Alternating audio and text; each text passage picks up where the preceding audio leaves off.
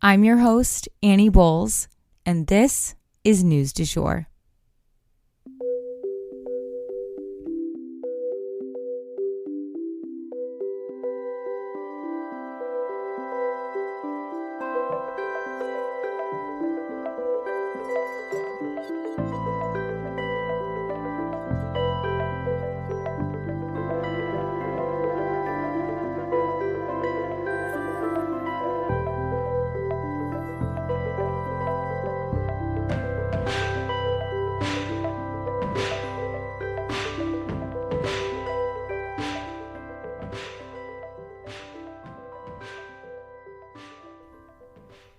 Hey everyone, and welcome back to the News du Jour. Tomorrow we have a very exciting update for you guys to see. Hint, see. Anyway, if you follow us on social, you already know what's coming, but you haven't seen it yet. And I am just so excited for the big reveal and to really start a new chapter for News du Jour with some fresh looks and just really embodying what this podcast is all about moving forward. Couldn't be more excited. Anywho, we'll go ahead and jump into the news for today. I have a mini story for you guys here at the top and then 3 longer stories. Let's get into it. This first one here at the top is really an update. So a 6th Memphis police officer has now been suspended from the force in relation to the Tyre Nichols murder case.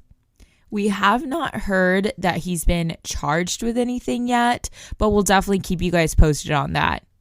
If you don't know what went down with Tyre Nichols, we have the whole backstory for you guys broken down in yesterday's episode. And now for our first story today, a real-life treasure hunt. So back in the days of World War II, the Nazis took pains to hide incredible treasures. From jewels to paintings to ancient relics, a fortune was hidden, a genuine treasure trove, complete with, this time, a treasure map. So the map suggests that things like bars of gold, jewels, and watches are buried in a small rural Dutch village nestled in a forest. The Nazis chose this location, supposedly, because the items that they did bury had been blown out of a bank vault at one point, like by a bomb, and they wanted them in an area that would not be a target. But the map to the treasure was not actually drawn by the Nazis themselves, but by an onlooker, an injured soldier that these Nazis did not know was there. But now, people armed with metal detectors and shovels have descended upon this little Dutch town. And the locals aren't exactly enthused. Pictures of men chest deep in dirt are surfacing, and the locals can't help but roll their eyes as their home gets dug up. Because one big question remains here, you guys. Is the treasure even still there? What if these Nazis came back to collect it long ago? Or what if someone else found it and just didn't announce the find and re-stole these once stolen goods? But none of these scenarios is really known to be true. So for the time being, this town is getting excavated essentially as people are on a desperate search for this buried treasure. If it's found, we'll definitely let you guys know. So next up for today, the Manhattan DA is convening a grand jury on a Trump case. The Manhattan District Attorney's Office has announced that they will be pursuing a grand jury's decision on whether or not to bring criminal charges against former President Trump personally. This time, the matter is less of a white-collar crime and rather has to do with hush money paid to a certain porn star during his 2016 presidential campaign. Prosecutors have subpoenaed many witnesses, including David Pecker, who is the former publisher of the National Enquirer, who was wrapped up in the entire scandal, and other employees of the same publication.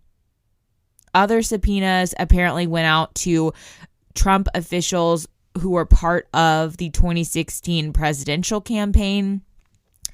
Another person who will be significant in this case, should it proceed, is, of course, Michael Cohen, who testified against Trump back in 2018 when he pled guilty to federal charges surrounding the same issue, the hush money. If you guys don't remember, President Trump was accused of paying off Stormy Daniels, a former porn star and Playboy bunny, also known as Karen McDougal, to keep quiet basically about their affair during his first run for president. And Michael Cohen, the president's former fixer, was the one who actually did the paying. And he spilled the tea on the record for everyone to see in a video that came out a few years ago.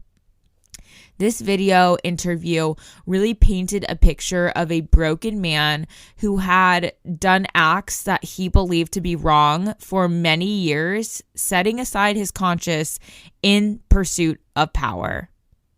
So you might be wondering, yeah, so Trump's sex life is a little messy. So what? How is that illegal? So he lied on the campaign trail. What politician doesn't lie? Can't he give money to whoever he wants? Well, you see, there are these pesky things called campaign finance laws, and they are rules about how money can and can't be moved around and used in a political campaign. And several of the financial maneuvers taken to hide these payments to Stormy Daniels violate campaign finance law, period.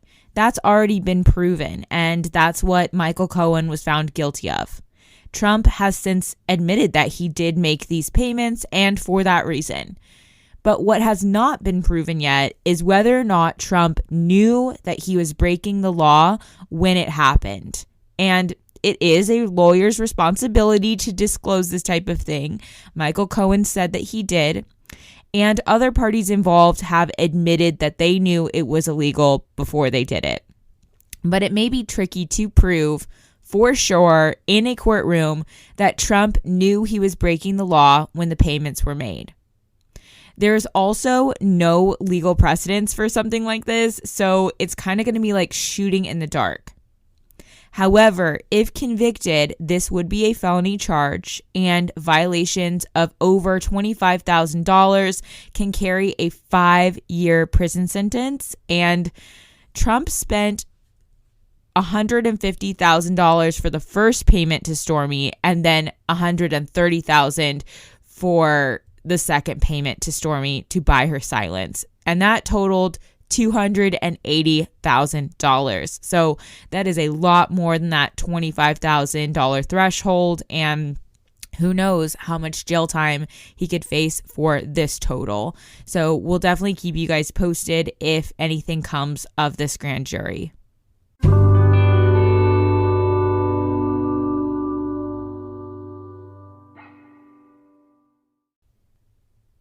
And lastly for today, China hunts down and punishes those who protested their zero COVID policy. So even though China has lifted their intense COVID regulations, they are choosing to go after protesters who participated in demonstrations against their zero COVID policies back when they were in place. The whole thing really boils down to intimidation. They want to make people think twice before protesting their rules. The government itself has not publicly acknowledged these arrests or denied them. They just are doing their best to keep them quiet. But the Chinese people are keeping tabs on those who have been hauled off to face charges, and it's been about 24 people so far. The government has, however, committed to a smear campaign suggesting that all of these protesters are acting on behalf of foreign powers or even being paid by foreign powers. And when pressed by the press to produce some evidence to that effect, they had none. They paint feminism and LGBTQ issues and more as simply being part of some foreign narrative. It's gotten to the point where people who protested are leaving recorded video messages for loved ones and for the press just in case they go missing. Under Chinese law, it's legal to detain someone for over a month without charging them. So they can just kind of hold these people for a while if they want to. And keep in mind, these were completely peaceful protests.